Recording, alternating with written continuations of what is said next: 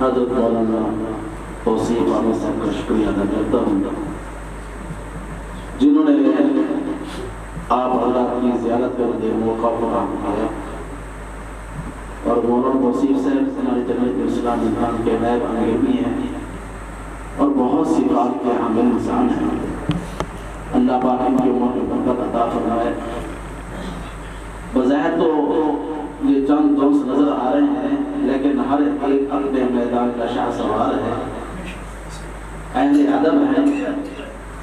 اگرچہ یہ میرا میدان نہیں ہے، ہمارا میدان سیاست ہے، لیکن ادب کا میدان بھی، شعراء کا میدان بھی، یہ بھی مسجد نبوی کے حصوں میں سے حصہ۔ حسان رضی اللہ تعالی عنہ حضور صلی اللہ علیہ وسلم کی محفل میں حضور کی تعریف فرماتے تھے اور حضور خوش ہوتے اور داد بھی دیتے تھے۔ ایک مرتبہ یوں بھی فرمایا، حسان آج تک آپ نے میری تعریف کی، آج میرے ابو بکر کی بھی تعریف کی۔ تو حسان رضی اللہ تعالی عنہ سیدنا صدیق اکبر رضی اللہ تعالی عنہ کی جب تعریف کی تو حضور کا چہرہ کھل اٹھا۔ تو یہ علماء دیوبند کو یہ اعزاز حاصل ہے، کوئی بھی دین کا میدان ہو، وہ فقاہت کا ہو، وہ سیاست کا ہو، وہ تدریس کا ہو، وہ خطابت کا ہو، وہ اہل ادب ہو، شعراء کا ہو، کوئی میدان بھی ہو، الحمدللہ علماء دیوبند نے ہر میدان کو سنبھالا اور یہ اعزاز ہے۔ اسی میدان کے شاہ سوار ہمارے آنکھوں کی ٹھنڈک، ہمارے سر کا تاج اور ایک خوبصورت نام جو علماء دیوبند کا ایک چمکتا دمکتا ستارہ جو غروب ہو گیا اور جس کے جانے سے تمام علماء دیوبند غم زدہ ہیں اور رنجیدہ ہیں، جن کا نام نامی اسم گرامی حضرت سید سلمان گیلانی رحمۃ اللہ ہے۔ سید سلمان گیلانی رحمۃ اللہ کوئی عام انسان نہیں تھے، اپنے اندر ایک پوری انجمن، جس محفل میں جاتے اس محفل میں ایسا رنگ بھرتے کہ ہر بندہ یہ سمجھتا کہ یہ میرے دوست۔ ابھی جیسے میرے بھائی مولانا توصیف سے فرما رہے تھے، رمضان سے پہلے تشریف لائے ملتان میں تو میں بھی حاضر ہوں، مجھے بھی دعوت تھی، وہ بھی ایسے چند دوستوں میں مجمع تھا، تو مجھے ساتھ بٹھایا، میرا ہاتھ پکڑا ہوا، میرے پاس تصویر بھی ہے، تو کہا حالانکہ وہ ان کے مقابلے میں کچھ بھی نہیں، بڑی صفات والے انسان تھے، ہاتھ پکڑ کے کہا کہ میرے لیے خوشی کا باعث ہے کہ جمعیت علماء اسلام ملتان کے جنرل سیکرٹری بھی میرے پاس موجود پڑی۔ تو یہ ان کا بڑا فن تھا اور اپنے ساتھ بیٹھنے والے دوستوں کو عزت دیا اور مجھ سے وعدہ کر کے گئے، جیسے مولانا توصیف سے فرما رہے ہیں، مجھ سے وعدہ کر کے گئے تھے کہ رمضان کے بعد میرا یہاں ملتان کا دورہ ہے، آپ کے پاس بھی آؤں۔ اس پر یہاں سے فارغ ہو کے دار بنی ہاشم گئے، پھر وہاں ان کی طبیعت بھی کچھ ناساز ہو گئی، تو بہرحال سید سلمان گیلانی صاحب بہت اونچے درجے کے شاعر ہیں، پیشہ ور نہیں تھے، جیسے کہ آج کل شعراء نے شعر و شاعری کو، نعت کو ایک پیشہ بنا کے رکھا ہے۔ گیلانی صاحب اس سے ماورات، اللہ نے آپ کو ایسے چنا تھا، ایسی مقبولیت تھی کہ عرب و عجم میں بھی آپ کے لوگ بڑے شوق سے سنتے تھے، یورپ میں بھی آپ نے سفر کیے۔ جیسے میرے بھائی ابھی مولانا توصیف سے فرما رہے تھے کہ مولانا فضل الرحمان صاحب کے ساتھ وہ پاکستان میں گیا، ہر جب بھی عمرے پہ جاتے تھے سلمان گیلانی صاحب کو ساتھ لے آتے تھے، یہاں تک کہ روضہ اطہر کے قریب بیٹھ کے گیلانی صاحب کو کہا، گیلانی صاحب آپ حضور کی نعت یہاں بھی مجھے سنا، اور گیلانی صاحب نعت سنا رہے ہیں، مولانا فضل الرحمان صاحب کے ساتھ بیٹھے ہوئے آنسو آ رہے ہیں، اور یہ آنسو نکلنا عام بات نہیں ہے۔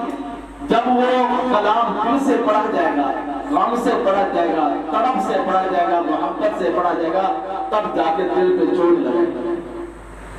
تو گیلانی صاحب جو بھی حضور کی نعت یا اشعار پڑھتے تھے وہ محبت میں ڈوبا ہوا کلام تھا.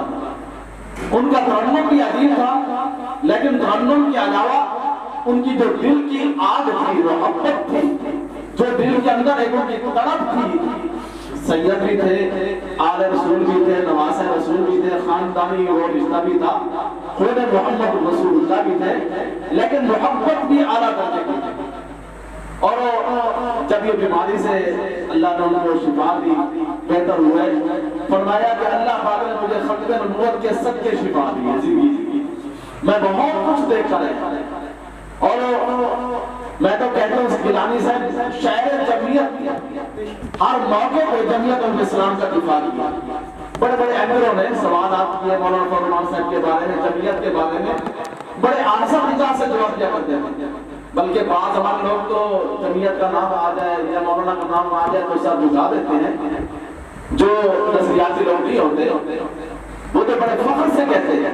ایک مرتبہ کہنے لگے میں مولانا فضل الرحمان صاحب کا احترام کیوں نہ کروں جو بچپن میں بھی سنت کی پاسداری کیا کرتے تھے. کیونکہ مجھے یاد ہے ابھی بچپنا تھا، جوان تھے، مجھ سے چھوٹے ہیں، کہ واش روم جا رہے تھے، سب ننگا تھا، دروازے سے واپس آ ٹوپی پہنی پھر واش روم میں گئے. تو میں نے کہا حضرت ایسے بھی تو جا سکتے تھے. کہا نہیں، واش روم میں جانا ننگے سر حضور کی سنت کے خلاف. تو یعنی کہ وہ یہ فرما رہے ہیں کہ مولانا فضل الرحمان صاحب دامت برکاتہ العالیہ سنت کے تابعدار ہیں، سنت پر عمل کرنے والے. ہم نے خود بھی مولانا کو دیکھا، قریب سے دیکھا ہے.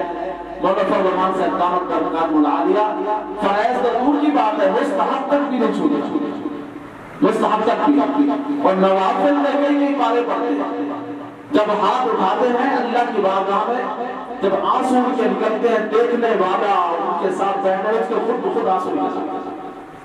اور جب بھی کوئی نئی تحریک کا آغاز کرتے ہیں پہلے روضہ عطا میں جاتے ہیں، حاضری دیتے ہیں، آپ علیہ السلام سے مشورہ کرتے ہیں، پھر آ کے کسی تحریک کا آغاز کرتے ہیں. اس لیے الحمدللہ جس کام میں بھی مولانا نے قدم رکھا ہے اللہ نے کامیابی عطا فرمائی، کامیابیوں نے قدم چومے ہیں. اگرچہ اغیار یا دشمن نے بہت سازشیں کر کے بدنام کرنے کی کوشش کی ہے. آج اس دور میں بھی آپ کے اسٹیٹمنٹ اور بہت سارے اداروں نے لاکھوں روپے لگا کے مولانا کی کردار کشی کے لیے لوگوں کو لگایا. فیس بک ہو، سوشل میڈیا ہو، جہاں بھی آپ دیکھیں گے مولانا کے خلاف کوئی نہ کوئی بات چل رہی ہے الٹی سیدھی. وہ مولانا مظہر سے سب کہتے ہیں کہ یہ مولانا کا جگرا ہے، جس میدان میں یہ چل رہے ہیں بہت کٹن میدان ہے، بہت کٹن راستہ ہے. اگر ہمارے جیسے لوگ ہوتے تو تھک کے بیٹھ جاتے، لیکن مولانا الحمدللہ جس وقت بھی دیکھو، جب بھی دیکھو تازہ تر ہے. بلکہ ہمارے مولانا یاسین صاحب تھے جامعہ قاسمون کے موٹی میں فرماتے تھے کہ مولانا فضل الرحمان صاحب کو جو پریشانی آتی ہے میں سمجھتا تھا شاید کو بھی نہیں آتی ہوگی. کہتے سفر بھی اکٹھے گئے، رات کے کمرے میں سوئے ہیں، لیا مولانا نے سر رکھا ہے سرانے پہ، لیا مولانا کا خطا آ گیا. تو کہتے ہم سوتے سوتے کئی منٹ لگ گیا، آدھا گھنٹہ لگ گیا، لیکن مولانا جب سوئے فوراً نہیں لگا. کیوں؟ مولانا کا ذہن کیا ہے؟ وہ فرماتے ہیں میرا میں مکلف جدوجہد، نتیجہ میرے رب کے ہاتھ میں، میں نتیجے کا مکلف نہیں ہوں، نتیجہ میرے رب نے دینا ہے. اپنی جدوجہد میں کوشش میں کمی نہیں آنی چاہیے. دن میں کام کرتے ہیں، رات کو صحابہ کی صف سے مصلی پہ کھڑے ہو کے رب کو مناتے ہیں، رب کو مناتے ہیں. رب سے تعلق ہو، دنیا کی ساری طاقتیں آپ کے مقابلے میں آ جائیں، آپ کی کردار خوشی پہ لگی رہے. اگر رب آپ سے تعلق ہے، آپ سے رب سے محبت ہے تو رب آپ کو کبھی نہیں چھوڑے. وہی لوگ جو کردار خوشی کرتے تھے آج وہی کورونا کے گھر کے طواف کر رہے ہیں، باری باری وہی کردار خوشی کرنے والے مولانا کے پیچھے نماز پڑھ رہے ہیں. آج حکومت والے، حالانکہ جمعیت الاسلام کا مینڈیٹ چنایا گیا 53 سیٹیں تھی ایم ایل اے، جس میں سے 12-13 سیٹیں تھی، 118 سیٹیں تھی ایم پی کی. یہ چوری کرنے کے باوجود پھر بھی پاور مولانا کے پاس. حکومت بھی پرسوں کا مولانا انٹرویو ہوتا، وہ پوچھ رہے تھے مولانا یہ آپ کے پاس خواجہ آصف کیا جائے، فلاں فلاں آئے ہیں، تو یہ کیا کرنا ہے, کوئی مشورہ کرنا ہے؟ مولا فرما رہے تھے کہ یہ مشورہ کرنے کب آتے ہیں, ہمارے غضب سے بچنے کے زیادہ. ان کو پتا ہوتا ہے کہ اگر ہم سے مشورے کیے بغیر, یہ اعتماد دیے بغیر کوئی کام کریں گے تو ہم ان کے غضب سے بھی بچ سکتے ہیں. میرے بھائی, یہ چند علماء جو اسمبلی میں بیٹھے ہیں, یہ آپ کے دین کا دفاع کرتے ہیں. مولانا سلیم اللہ خان صاحب رحمۃ اللہ سے کسی نے پوچھا, حضرت یہ مولانا فضل الرحمان صاحب اسمبلی میں بیٹھے, ہمیں کیا فائدہ ہے؟ شیخ الحدیث رحمۃ اللہ نے فرمایا, دنیا کا کوئی فائدہ ہو یا نہ ہو, مولانا فضل الرحمان صاحب اسمبلی میں بیٹھے تب میرے دین کا دفاع کر رہا ہے, ہر آنے والے اٹھنے والے فکر کو دبا رہا ہے. میرے بھائیو, اس غیر گزرے دور میں ہم اللہ کا شکر ادا کریں کہ ہمیں اللہ پاک کی ایسی قیادت نصیب فرمائی.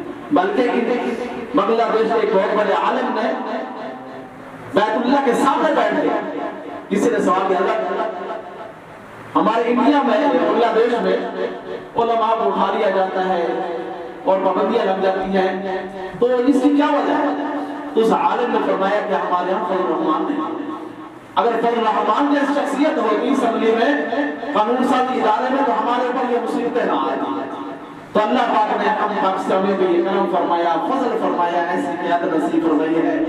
بعد میں آپ کے پاس زیادہ لے گیا ہوں, میں سید سلمان گیلانی سے رحمۃ اللہ کو خراج تحسین پیش کرتا ہوں اور دعا دے ہوں اللہ پاک ان کی قبر پہ کروڑ رحمت فرمائے, اور جن لوگوں نے یہ اہتمام فرمایا ہے اللہ ان کو جزائے خیر عطا فرمائے, اللہ ان کی کاوش کو قبول فرمائے. وآخر دعوانا الحمدللہ.